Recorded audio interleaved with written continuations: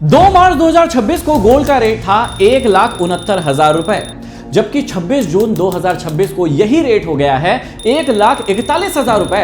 इसका मतलब पूरे 28,000 रुपए गोल्ड कम हो चुका है। अब कैपिटल इकोनॉमिक्स नाम की संस्थान कह रही है कि गोल्ड आगे आने वाले समय में 1,00,000 रुपए से भी कम हो जाएगा, जबकि जेपी मॉर्गन संस्थान कह रही है कि भैया आगे आने वाले समय में गोल्ड 2,00,000 रुपए से भी ज्यादा ऊपर हो जाएगा। अब हो सकता है कि आपका दिमाग बंद हो गया हो कि करना क्या है, शादियां आपके घरों में आ रही है, आपके रिश्तेदारों के यहाँ आ रही है, गोल्ड खरीदे या फिर रुक जाए। कई लोग इन्वेस्टमेंट के बारे में सोच रहे हैं कि भैया अपने पैसे की ग्रोथ के लिए गोल्ड को खरीदूं, ईटीएफ का खरीदूं, म्यूचुअल फंड खरीदूं या फिर अभी इंतजार करूं। तो इसी कंफ्यूजन को खत्म करने के लिए इस क्लास को बनाया गया है, ताकि आपका एक एक डाउट, एक एक कंफ्यूजन हम खत्म कर सके। क्लास को शुरू करने से पहले आप कमेंट बॉक्स में कमेंट करके बताइए कि आपको क्या लगता है अगले कुछ दिनों में गोल्ड का रेट कहां पर जाने वाला है। वो नंबर आप कमेंट बॉक्स में कमेंट करके बताइए। चलिए, तो इस क्लास में हम मुख्य 3 बातों को समझते हैं। बहुत ही इत्मीनान से इस वीडियो को देखना, उन लोगों को शेयर कर देना जो गोल्ड को खरीदने वाले हैं। 3 चीजें कौन कौन सी हैं? सबसे पहले आपको समझना है कि गोल्ड क्रैश होने के मेन जो रीजन है, मुख्य जो कारण है वो क्या है। दूसरी चीज आपको समझना है कि आगे गोल्ड में क्या हो सकता है, और तीसरी और सबसे महत्वपूर्ण चीज है कि आपको क्या करना है। तो चलिए, सबसे पहले ये जानते हैं कि गोल्ड क्रैश होने के मुख्य कारण क्या है, जिसके कारण अभी गोल्ड क्रैश हो रहा है। देखिए, आप बहुत बार एक कारण सुनते होंगे कि ये जो ब्याज दर है वो बढ़ती है, इसके कारण गोल्ड नीचे आ रहा है। ये ब्याज दरें क्या है, इससे क्या होता है, क्यों इसके कारण गोल्ड जो है वो क्रैश होता है, आप अगर आज समझ लेंगे तो आज के बाद इस बात को आपको फिर से जानने की जरूरत नहीं पड़ेगी। देखिए, ये गोल्ड का सबसे बड़ा दुश्मन होता है, पहले आपको ये समझना पड़ेगा। इसको हम ना बहुत अच्छे से सीखते हैं। मान लीजिए हम अमेरिका की बात कर रहे हैं, क्योंकि अमेरिका का जो डॉलर है वही सबसे इंपॉर्टेंट चीज है, उसके बारे में भी सीखेंगे। पहले ये समझते हैं कि ये जो फेडरल रिजर्व बैंक जो है वो बार बार रेट्स को ऊपर नीचे करता है, उसके कारण दुनिया में तहलका क्या मचता है। देखिए, सबसे पहले आपको बात समझनी है कि अमेरिका में अगर इस बैंक को पैसों की जरूरत है तो ये इससे उधार लेगी, और ये बैंक के पास अगर पैसा है तो ये इसको उधार दे देगी। बहुत ही सिंपल सी लैंग्वेज में समझेंगे। मान लीजिए इस बैंक के पास अभी 100 रुपए है और इस बैंक के पास 500 रुपए है। इस बैंक को जरूरत पड़ती है और 200 रुपए की। अब इस बैंक के पास है, इसने इसको कॉल किया, भैया मुझे 200 रुपए की जरूरत है, देंगे? इसने कहा भैया ठीक है, दे देंगे। लेकिन ये बहुत लंबे समय के लिए नहीं होता, ये ओवरनाइट लोन्स होते हैं। अब इस बात को समझिएगा, अगर ये बैंक इस बैंक को लोन उधार दे रही है तो क्या ये फ्री में दे देगी? बिल्कुल भी नहीं। इसके ऊपर, ये जो बैंक है इसके ऊपर एक इंटरेस्ट लगाती है, उसी को कहते हैं इंटरेस्ट रेट, जो कि फेड डिसाइड करती है, मतलब फेडरल रिजर्व बैंक जो है वो डिसाइड करती है कि ये जो उधार दिया है, ये जो 200 रुपए उधार दिया है, इस पर इस बैंक को ये वाली बैंक कितने रुपए ब्याज देगी। ये समझना बहुत ही ज्यादा इंपॉर्टेंट चीज है। अब आप सोच रहे होंगे कि इन सब से गोल्ड का क्या रिश्ता है? भैया बहुत बड़ा रिश्ता है। देखिए, बहुत इंपॉर्टेंट चीज है। अगर फेड इंटरेस्ट रेट को बढ़ाती है, फेड क्या करती है? इंटरेस्ट रेट को बढ़ा देती है। तो ये वाला जो बैंक है इसको उधार पैसा चाहिए था, है ना? अगर इसने इंटरेस्ट रेट बढ़ाया, इसका मतलब क्या होगा कि इस बैंक को, ये वाली बैंक को ज्यादा इंटरेस्ट पे करना पड़ेगा। इससे होता क्या है, यहां पर बॉन्ड की जो इंटरेस्ट रेट है वो बढ़ जाती है। बॉन्ड क्या होते हैं? सरकारी बॉन्ड। आप समझ लीजिए कि सरकार एक लोगों को सर्टिफिकेट देती है या संस्थानों को सर्टिफिकेट देती है कि अगर आप हमारे पास इतना पैसा जमा रखेंगे तो निश्चित आपको इतने प्रतिशत की दर से हम इंटरेस्ट देंगे उस पर, मतलब आपको ब्याज देंगे। अब ध्यान से समझिएगा, अगर फेड ने इंटरेस्ट रेट बढ़ा दिया तो बॉन्ड पर इंटरेस्ट बढ़ गया, मतलब फिक्स इनकम हो गई। अब गोल्ड जो है, अगर आप उसको रख के रखेंगे तो कोई आपको ब्याज नहीं देने वाला है। अब एक बहुत इंपॉर्टेंट बात को समझिएगा कि मान लीजिए मैंने यहां पर आपके सामने गोल्ड का टुकड़ा रख दिया, क्या इस पर मुझे ब्याज मिल रहा है? बिल्कुल भी नहीं। क्या ये और किसी प्रकार से मुझे फायदा पहुंचा रहा है? क्या मैं इसको खा सकता हूं? क्या मैं इसको पी सकता हूं? नहीं। तो ये गोल्ड करेगा क्या? भैया सिर्फ गोल्ड एक ही चीज से बढ़ता है, उसका अगर प्राइस बढ़ रहा है तो। लेकिन अगर मेरे पास पैसा पड़ा हुआ है, समझिए, और उस पैसे को मैं बॉन्ड में डाल देता हूं, तो बॉन्ड में क्या होगा? मुझे एक सर्टेन पीरियड ऑफ टाइम में निश्चित प्रतिशत की दर से इंटरेस्ट मिलेगा। क्या मैं गोल्ड रखूंगा तो मुझे इंटरेस्ट मिलेगा? बिल्कुल भी नहीं। गोल्ड कब बढ़ेगा? जब उसका प्राइस बढ़ेगा। तो सिंपल सी चीज है, लोग क्या करेंगे? गोल्ड के प्रति कम आकर्षित हो जाएंगे, क्योंकि उनका जो पैसा है वो क्या सोचेंगे? अगर भैया इंटरेस्ट रेट बढ़ गए हैं, बॉन्ड की इंटरेस्ट बढ़ गई है, तो क्यों ना हम अपने पैसे को ऐसी जगह पर रख दे जहां पर हमें फिक्स रिटर्न मिलना तय है। भाई गोल्ड बढ़ेगा कि नहीं बढ़ेगा हमें नहीं पता, लेकिन अगर मैंने बॉन्ड में पैसा रख दिया तो इस पर तो मुझे एक फिक्स रिटर्न जो है वो मिलना ही है। इससे क्या होता है, लोग गोल्ड बेचने लगते हैं और अपना पैसा जो गोल्ड बेचकर मिलता है उसको कहां रख देते हैं, बॉन्ड। इससे गोल्ड की डिमांड गिर जाती है और गोल्ड का प्राइस जो है वो कम हो जाता है।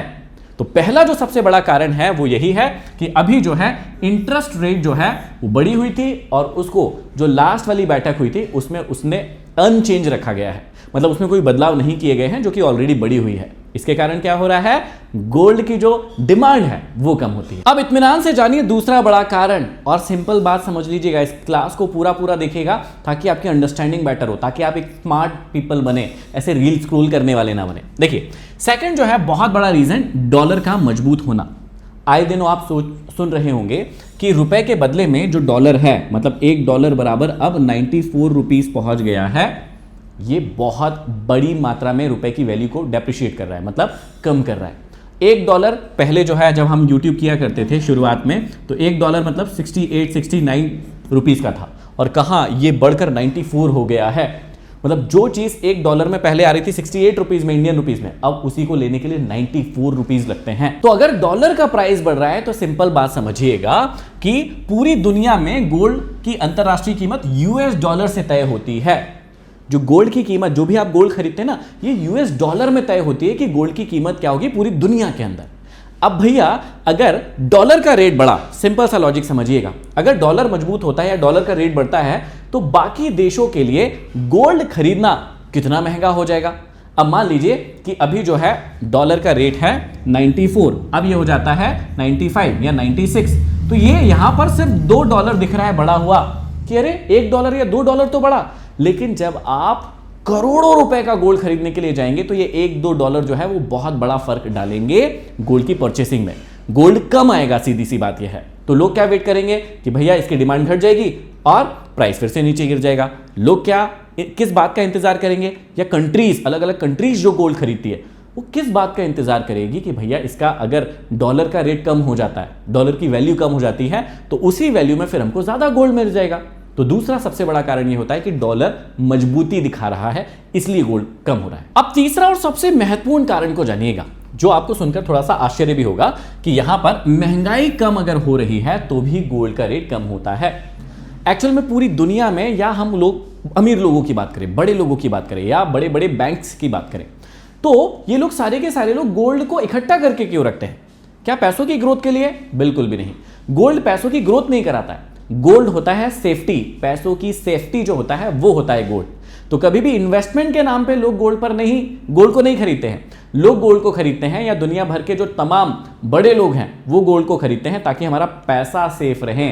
ग्रो हो नहीं हो उसको छोड़ दो, हमारा पैसा जो हमने कमाया है वो सेफ रहना चाहिए। अब समझना, जैसे जैसे इन्फ्लेशन यानी महंगाई कम होती है या कंट्रोल में आती है तो लोगों का डर कम हो जाता है। लोग गोल्ड कब खरीदते हैं, या बड़े संस्थान गोल्ड कब खरीदते हैं? जब डर लगता है उनको। अब जब महंगाई कम हो गई है तो उनका डरना निश्चित बात पर कम हो गया है, तो सेफ असेट्स की जरूरत नहीं होती है और गोल्ड की डिमांड इसी वजह से कम हो जाती है। गोल्ड की डिमांड कब बढ़ती है? याद है, जब युद्ध होते हैं, विपरीत परिस्थिति आती है, तब लोग बाकी चीजों को बेचकर गोल्ड खरीदते हैं। क्यों? क्योंकि उनको सेफ्टी चाहिए। अब जैसे ही महंगाई कम हुई तो सेफ्टी की जरूरत नहीं है, वो वहां से पैसा निकाल लेंगे और दूसरी जगहों पर लगाएंगे, थोड़ा रिस्क लेंगे, इससे जो गोल्ड है उसकी डिमांड कम हो जाती है। अब चौथा कारण आप बहुत दिनों से सुन रहे होंगे, युद्ध चल रहा है, युद्ध चल रहा है, युद्ध चल रहा है। लेकिन जैसे ही कोई ऐसी न्यूज आएगी जिसमें लोगों को यह पता चलेगा या बड़े संस्थानों को यह पता चलेगा कि युद्ध खत्म हो गया है, तनाव खत्म हो गया है, अर्थव्यवस्था अच्छी हो रही है ना, तो जो लोग गोल्ड नहीं खरीदते हैं वो क्या करेंगे? फिर वो स्टॉक खरीदेंगे, बिजनेस में पैसा लगाएंगे, रियल एस्टेट में पैसा लगाएंगे और वहां पर रिस्क लेंगे। अब सीधी सी बात है कि जब भी दुनिया में कभी भी रिस्क लगता है, जब कोविड आया था तब भी, जब अभी युद्ध हो रहा है तब भी, बीच में भी आपने देखा होगा कि रशिया का युद्ध हो रहा था यूक्रेन से, तब भी, जब भी दुनिया में युद्ध के खतरे बढ़ेंगे या ग्लोबल कोई क्राइसिस आएगा, इकोनॉमिक क्राइसिस आएगा, सारी की सारी चीजें डूबने लगेगी, व्यापार डूबने लगेंगे, तब गोल्ड की कीमत बढ़ेगी। इस बात को याद रखिएगा। और जैसे ही दुनिया इस चीज से उभरती है वापस से गोल्ड का प्राइस कम होने लगेगा। पांचवा और एक और बहुत महत्वपूर्ण कारण है गोल्ड के प्राइस के घटने का। देखिए, जब भी गोल्ड बहुत ज्यादा महंगा हो जाएगा ना, तो भी गोल्ड की प्राइस कम होने लगेगी। क्यों कम होगी? अगर मैं एग्जांपल आपको एक देता हूं, सिंपल सा एक एग्जांपल मानते हैं कि आपको कोई चीज अभी मान लीजिए 100 रुपए की मिल रही है, ठीक है, और इस बात को कहकर दी जा रही है कि भाई भविष्य में जो है इसका प्राइस 150 रुपए हो जाएगा। तो आप खरीदने के बारे में सोच ही रहे थे, इतने में ही क्या हुआ, उस चीज का प्राइस आपको पता चला कि भाई 200 रुपए हो गया है। आप लेने वाले थे 100 में, क्यों लेने वाले थे, ताकि उसका प्राइस 150 में होगा, लेकिन वो प्राइस चला गया 200 रुपए। अब आपके दिमाग में क्या आएगा, यार ये तो ठीक है 100 रुपए में लेने वाला था, ठीक है, लेकिन अब तो इसका प्राइस 200 रुपए हो गया है, क्या ही करेंगे खरीद के, इतनी महंगी हो गई ये चीज, हमने सोचा था 150 रुपए होगी लेकिन ये तो 200 रुपए पहुंच गई है। अब लोग क्या करेंगे, सारे के सारे लोग एक जैसी सोच रखेंगे कि भाई इस प्राइस पर तो ये बहुत महंगा लग रहा है, हमें नहीं खरीदना।